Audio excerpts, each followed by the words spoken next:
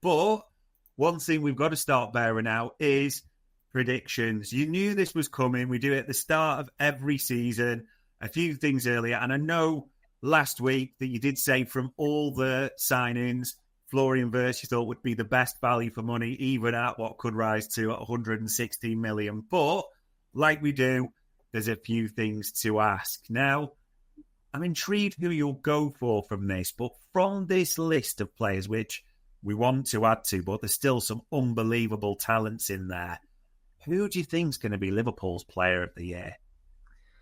I think it will be Wirtz, to be honest. Not necessarily because I think he'll outright deserve it, because I think Mo Salah's going to be right up there with him, but because he's the new shiny toy and it's like, if it's a fan vote or whatever, I think Wirtz will probably get it on that basis, because I think, I think he's going to be incredible. And I also think Salah's going to be incredible, but because he's new, you tend to get a little bit more credit for that. So for me, I think it's going to be Wirtz, to be honest. I can't bet against the king. It'd feel like sacrilege, but I would love, a bit like last year when Wirtz rivaled him like Van Dijk did, and there was a few things, because that's usually part of the title bid. It will be interesting to see. Top scorer, who are you going for? Surely Mo Salah. I just can't, again, as much as I think the Wirtz will nick that with being the new player, with being player of the year, I think Mo Salah, your safest bet every single season is that Mo Salah is going to be the Liverpool top scorer. I mean, it helps that he gets penalties, but also he just scores ridiculous amounts of goals. He maybe won't get as many as he did last season, and there's no shame in that because it was a freakish one. But I think Mo Salah will be Liverpool's top scorer, even if they sign Alexander Isak, to be honest. I was going to ask you that if Isak comes in, but yeah, that is absolutely fine. You can't bet against the king that way. Salah took it all last season, didn't he? All the individual awards, top scorer, top assist maker as well. Does Salah take top assists from Florian Wirtz next season for you? Maybe not. Maybe this is one I might think that Wirtz might get, because he's taking corners, isn't he, at the moment? And also, So you throw that in, he might get, hopefully Liverpool's set pieces are decent next season. He gets 3 or 4 assists from that. And then on top of that, just already some of the passes he's laid on for chances, and he's always kind of close to the goal to get assists. So I just feel like Florian Wirtz is maybe going to get more. And maybe Salah's assists will dip slightly, because I think he slightly overperformed his kind of expected assists last season. So maybe there'll be a bit of a reversion there. But yeah, I think Florian Wirtz is well positioned, particularly because if Salah's top scorer, I'm guessing Wirtz is going to set him up a lot as well. So you might get a few assists in there. So I think he's going to be top assist.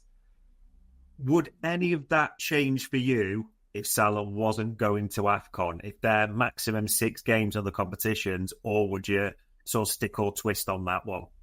Well, I've still got him down for top scorer, despite the fact he's going away for possibly 6 games. So, I mean, hopefully, no offence to Mo, but hopefully it's not 6 games and Egypt get knocked out quite early. That would be quite nice from a selfish perspective. But but yeah, I still think he's going to be top scorer despite that. And I think Wirtz is just going to get the assists anyway. I think he's going to be absolutely brilliant this year. Will be interesting to see. And this isn't a negative question, but it's always fair to explore. At the turn of every season, there's always someone who maybe had a great or good campaign last season who it doesn't quite work out for. You could put, for instance, Harvey Elliott into that. In his last season under Klopp, had a great year, and obviously you look at last year, basically didn't play. That was probably the player for this one. Who do you think may just struggle or dip slightly this campaign? I don't want to pick any of them for this, really. It feels a little bit harsh, doesn't it? You do kind of have your worries about Conor Bradley with his injuries. Nothing to do with the quality of the player. I think if he is going to struggle this season, it will be something to do with injury problems that he might have. And you can maybe put Kanate in there because of this contract distraction, albeit I'm hopeful still that he will sign again. But I mean, I wouldn't like any of them to struggle and hopefully not. I'm just trying to kind of grab a couple out. I mean, maybe Robertson, with the fact that he's going to go to a reduced role and coming in and out. That's tough for players, actually. So maybe he's the one I pick. Not because his professionalism is without question. I don't think mentally he'll struggle. It's just physically not being able to get in a rhythm, dipping in and out. Maybe he'll have a season where he's, not quite there. And I think his struggles last season were way overrated, by the way. But maybe this season he does struggle a little bit with that aspect of it.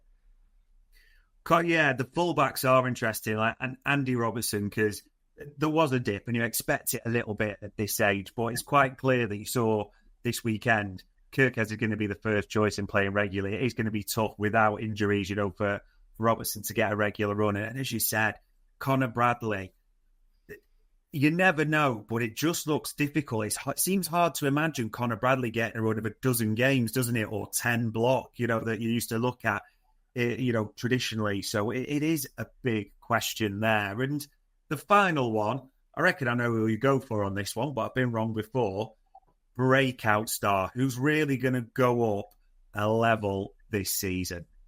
Yeah, it's kind of hard to see past Engamoa, isn't it? Let's be honest. It's I would put Trey Naoni right up there, by the way, but I just think the competition for minutes in central midfield is going to make it hard for him to play regularly. Whereas Engamoa, I think there's going to be chances for him. And everything I've heard from behind the scenes is just crazy about this kid, how good he is. So I think there's going to be a surprise in terms of how much he's used, but how good he is as well. So very, very, very excited to see more of him. And I think by the end of the season, it's not just going to be Liverpool fans who know about this kid. It's going to be everyone. Yeah, no doubts about that. And I mean, since we've been doing that, we've had what? We've had the fall off. We've had the third place under Klopp when it looked so good, but we just ran out of steam. We had last season where the perfect ending to it. Are we expecting silverware, and what silverware this season? Yeah, for me, if Liverpool get the business done, they're expecting to get done. So Isak and a centre half who I expect to be Gay, to be honest. I still make them favourites for the Premier League title. I still think Arsenal, I've seen their fans in pre-season. They don't seem very happy at all. I think City have still got some issues to work out. One worry for me around Liverpool is that they're going to kind of make a slowish start because of this turnover. But I still think the slickness of the football we've seen suggests otherwise. So if they make a good start by beating Bournemouth on Friday, I'll be fully on the train for them to go on and win the Premier League, to be honest. And, I think that as a minimum, really.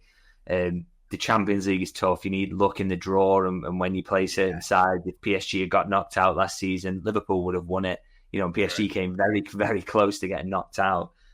So a bit of fortune comes into it, but I think they've got a great shot at that. But I think as a starting point, I think they will win the Premier League, to be honest.